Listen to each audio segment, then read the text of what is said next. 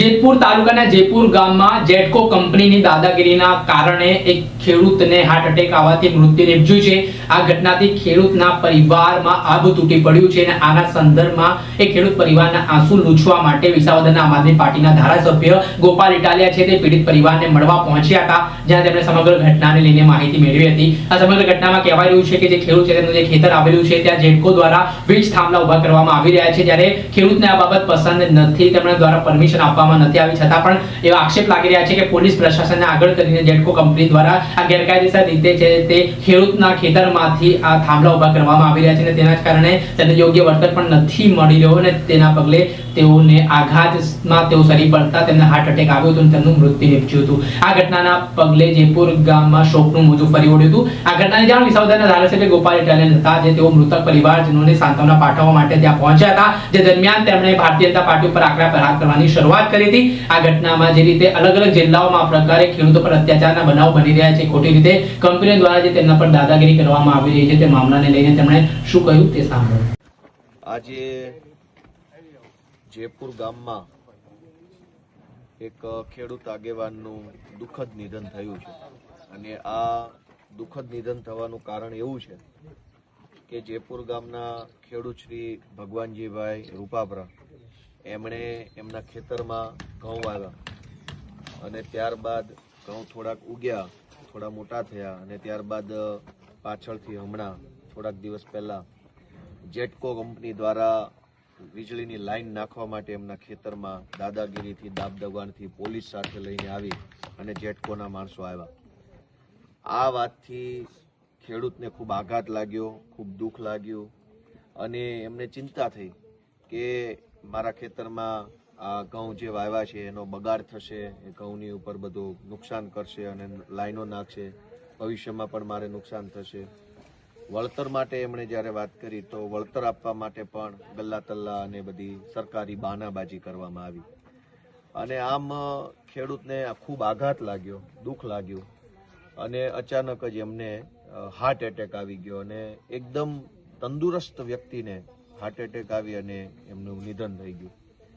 ગુજરાતમાં છેલ્લા ઘણા સમયથી આવી રીતે ખેડૂતોના ખેતરમાં દાદાગીરીથી ગુંડાગીરી કરી અને પોલીસ સાથે લાવી લાઈનો નાખવાનું એક તાનાશાહી ભર્યું કામ ચાલે છે।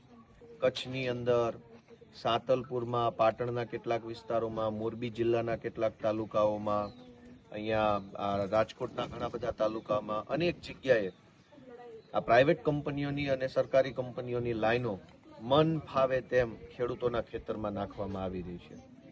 ખેડૂતોને વળતર આપવામાં આવતું નથી અને ઉપરથી પોલીસ કેસો કરી ફસાવી દેવાની ખોટી રીતે ધમકી આપવામાં આવે છે। જ્યારે કંપની વીજળીની લાઈનો નાખીને પૈસા કમાય જ છે તો ખેડૂતને દેવામાં શું વાંધો છે? કંપની કોઈ કઈ સદાવ્રત નથી ખોલ્યું કે વીજળી મફત આપી દેવાની છે। કંપની પોતે પૈસા કમાય છે, અબજો રૂપિયા કમાય છે, તો કંપનીના તાર ખેડૂતના ખેતરમાંથી નીકળે ત્યારે ખેડૂતને યોગ્ય વળતર આપવામાં શું તકલીફ છે? અને બીજી સૌથી મોટી સમસ્યા એ છે કે મુદ્દો માત્ર વળતર નથી, વળતર મળવાથી કોઈ ફાયદો નથી, એનાથી પણ એક સ્ટેપ આગળ કે જે ખેડૂતના ખેતરમાં વીજળી ટ્રાન્સમિશન કંપનીનો થાંભલો લાગી ગયો એ ખેતરની માર્કેટ કિંમત ડાઉન થઈ જાય, ઘટી જશે, કેમ કે પછી એ થાંભલાવાળું ખેતર ખરીદવાળા વ્યક્તિ મળશે નહીં, ખેતરની જમીનની કિંમત ઘટી જાય। બીજું કે એ જમીનમાં જ્યારે ભવિષ્યમાં ભાઈઓમાં ભાગ પાડવાનો હોય, ભાઈઓ ભાગ ખેતરમાં, ત્યારે પણ તકલીફ ઊભી થાય કે બે ભાઈઓ હોય, ચાર ભાઈઓ હોય તો એ થાંભલાવાળો ભાગ કોના હિસ્સામાં જશે, આ પણ સમસ્યાઓ આવે છે। અને ત્રીજું કે આ થાંભલો નાખ્યા પછી દર વર્ષે મેન્ટેનન્સના નામે સરકારી ગાડીઓ, કંપનીના માણસો ગમે ત્યારે ખેતરમાં આવે, ઊભો પાકને નુકસાન કરે અને ગમે તેવું મન ફાવે તેવું પોતાનું વર્તન કરી અને જતા રહે છે અને એમ દર વર્ષે ખેડૂતના ખેતરમાં પાક નુકસાનીનો ભય રહે છે। આમ ત્રણ પ્રકારે ખેડૂતને આ વીજળી કંપનીથી નુકસાન જાય છે।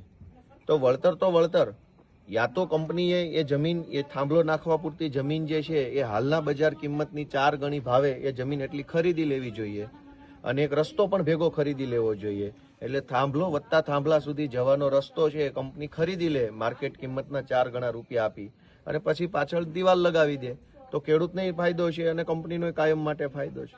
પરંતુ આવું કરવાના બદલે, ખેડૂતને ફાયદો થાય એવું કરવાના બદલે દાદાગીરીથી આખા ગુજરાતમાં આ વીજળીના તાર નાખવાનું કામ ચાલી રહ્યું છે. આજે એક ખેડૂતનો ભોગ લેવાયો છે. એકદમ તંદુરસ્ત, નખમાય રોગ ન હોય એવા વ્યક્તિને હાર્ટ એટેક આવી ગયો અને એમનું દુઃખદ નિધન થયું. પરમ દિવસે એમના ખેતરમાં જેટકો કંપનીના માણસો પોલીસ લઈને આવ્યા હતા. ગુજરાતભરના ખેડૂતો આ મુદ્દે જાગૃત બને એવી મારી બધાને વિનંતી છે. આ જૂની જે જંત્રી છે 14 વર્ષ જૂની જંત્રી છે ગોપાલભાઈ, અને એના સરકારને શું કહેશો આપ સલાહ? શું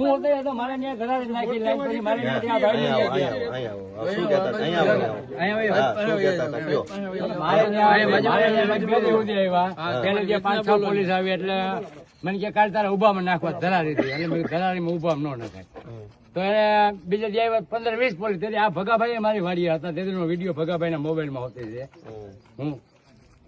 એ તો પોલીસ ધોકા મારી અને મારા મત ધરા નાખ્યા. હું જોડ્યો ને આડો ફરવાટું થઈ તો એ પોલીસ વાળા મને જાણવાને કરી નાખ્યું એકલી હલકો એટલે પછી હું પાછો કરી ગયો. હકીકતમાં એ વિડીયો હોતે છે. આ જે ભાઈ ઓફ થઈ ગયા ને ભગાભાઈ એનામાં જ આ વિડીયો છે, એના મોબાઈલમાં જેથી ભગાભાઈ મારી વાડી હતા. જો બાકી આ નાખ્યા છે ધરારીથી ધમકાવી ખેડૂ ને મારે ત્યાં 2 દી સુધી પોલીસ આવી ત્યાં મારામાં અને એ મને ધરારીથી મારા નાખ્યા. આ રીતનું પ્રોટેક્શન લઈને આવે. હવે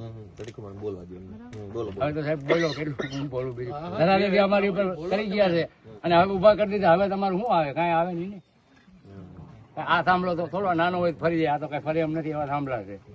અને એ તો હકીકત સરકારની મોનોપોલી પોલીસનું દબાણ લેવીને પેલા મારે ત્યાં 5 પોલીસ આવી, પછી બીજી ત્યાં 20 આવી અને બીજી ત્યાં ધરા નાખી દીધા. તમને કહી દે. અને મારું કઈ આવે અમે તમે હળી કાઢીને તમારો પોલીસ વાળા ભગાભાઈનો વિડીયો હોતે છે. ભાઈ ઓફ થઈ ગયા ને એનામાં મારો વિડીયો હોતે છે. જોઈજો એના મોબાઈલમાં તમારે જોવું છે. બીજા કોણ બાકી રહી ગયા? ગોપાલભાઈ, આપણે જૂની જંત્રી જે 2011 ની જંત્રી ચલાવે છે એના માટે સરકારને શું કહેશો? ને ખેડૂતોને જયારે આવી રીતે એમાંય પાછા પેલા 4 ગણા પછી 25% આ જરા લોકોને સમજાવો. સરકારને તો સરકાર હોય તો કંઈક કહેવાય. સરકાર નથી, સર્કસ છે. કોને કહેવાનું? એટલે સરકાર જે દિવસે આવશે તે દિવસે સરકારને કહી શકીશું. અત્યારે તો આ સર્કસ છે અને મુદ્દો જંત્રી નથી. મુદ્દો એ છે કે તમારે ખેડૂતના ખેતરમાં થાંભલો નાખવો છે તો એટલી જમીન તમે ખરીદી લો, વેચાતી લઈ લો, તમારા ખાતે કરાવી લો અને દિવાલ લગાવીને અંદર પછી તમારે થાંભલો નાખવો હોય કે ખાડો ગાળવો હોય કે જે કરો એ કરો. જંત્રીના નામે 1.5, 2, 5 લાખ રૂપિયા આપી અને આજીવન અમારા ખેતરમાં થાંભલો નાખવાનું કામ શું કામ કરવું છે?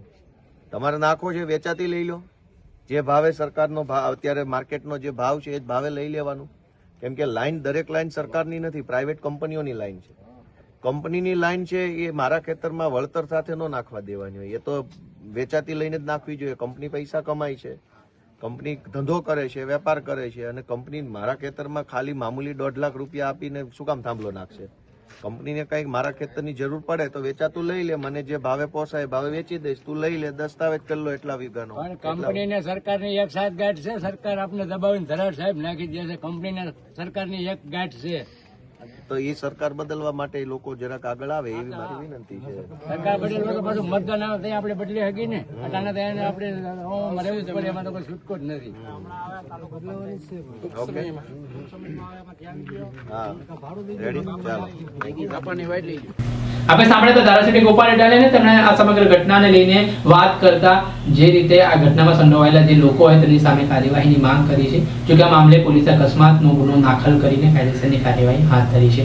દર્શક મિત્રો, આવા જ નવા વિડીયો સાથે આપણે માહિતગાર કરતા રહીશું, એટલે સ્કાયનેટ મીડિયા જોતા રહો.